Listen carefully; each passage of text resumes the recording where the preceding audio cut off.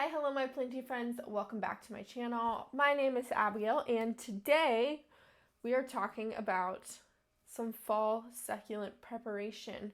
A lot of y'all are probably gearing up for the fall season, which means planning on bringing your plants inside, doing fall maintenance, and getting them ready for the fall and winter. It's honestly hard to believe that it's already fall and winter, but it's getting here. Here in Colombia, we don't really get fall until end of October, November-esque-ish.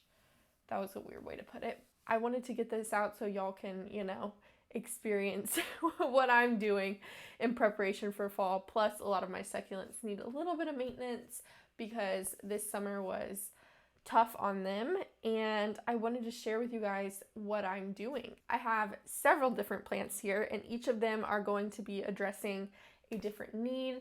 Some of them need to be chopped and propped, some of them need to be separated, and all that good stuff. So I'm going to take you through all four of these step by step, and we'll chat about them. I have my little tray of succulent tools and stuff here. I also have a pair of thin-nosed Fiskars scissors or pruners or whatever you want to call them. I love these because they are able to get into the small areas of the succulents very, very well. The first guy we're going to be working on is this Echeveria Abalone. It is a nice, beautiful pale green succulent. Put it up to the camera.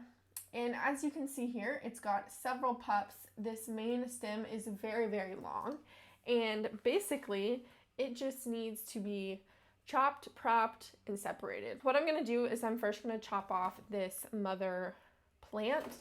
And I'm going to do that about 3 inches, 2 to 3 inches from where the rosette starts. And then I'm just gonna come through here and pull off the dead leaves, the yellowing leaves, and we're left with a very pretty rosette. Don't freak out if your succulents have yellowing leaves. That is completely normal. All succulents will slowly lose leaves from the bottom as they absorb them and use them for nutrients. And yeah, as long as the new growth on your succulent looks good, you're in the clear. So we have the mother and then 3 babies. So each of these babies are going to be cut off as well.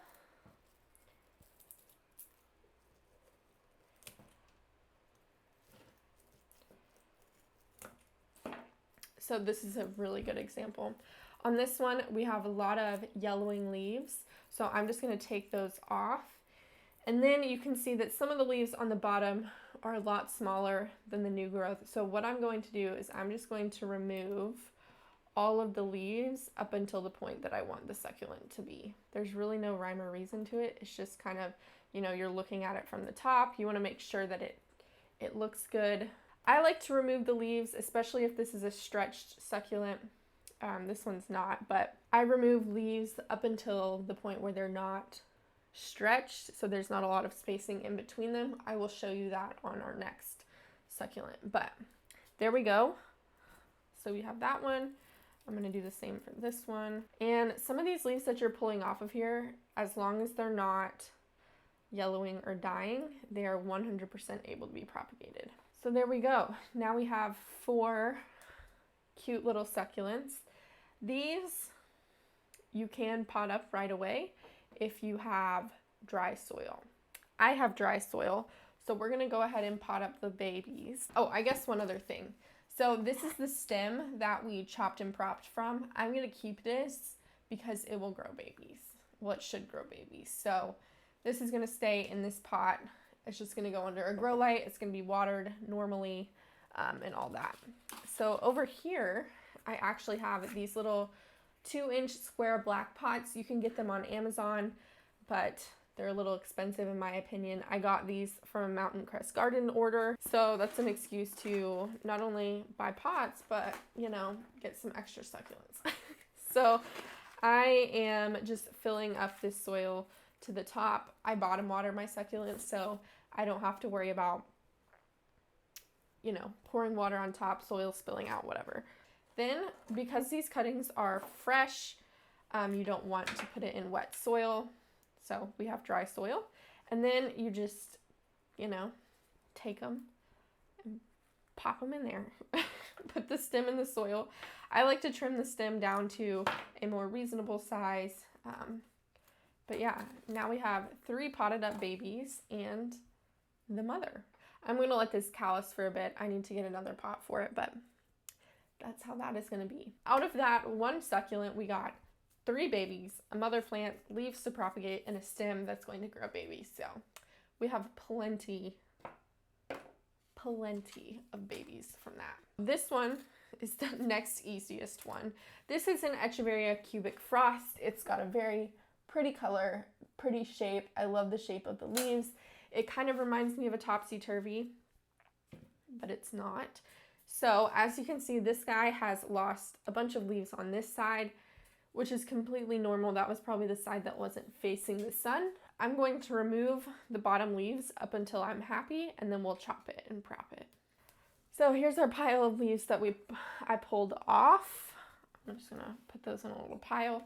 As you can see now, there's just a bunch of bare stem with the rosette on top. And then I'm just gonna take my pruners and cut off a nice chunk of that stem. So now we have that rosette.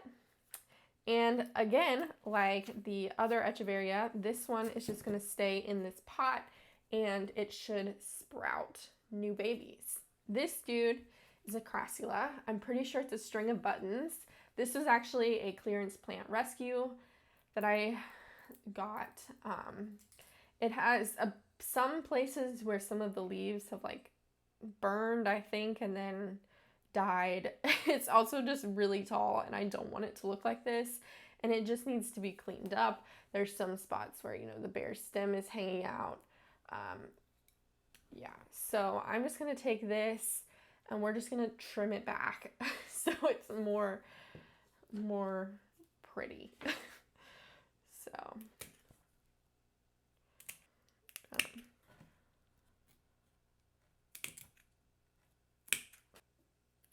now I have 5 cuttings of this and the original plant. What I can do, this does need to be potted up. It's very, very tough. Yeah, okay, those are not gonna go back in there because I can't, that soil is so full of roots. So I have this black square pot, some dry soil, and then you'll just take these similarly to the last prop with me. Oh shoot, episode. And just stick them right in the soil. And they will start to grow roots. So there's that. Those are now potted up. So now we have 2 of these, but they will be potted up to a bigger pot. This next one is the biggest project of today. So I have this Paccaveria jeweled crown. This is my mother plant. Every Paccaveria jeweled crown that has come out of my shop or that you're going to see here in just like 2 seconds came from this. So this is the head of the mother plant, okay? Now these are not connected. I took these cuttings a few days ago. Now this is the original stem of this mother plant.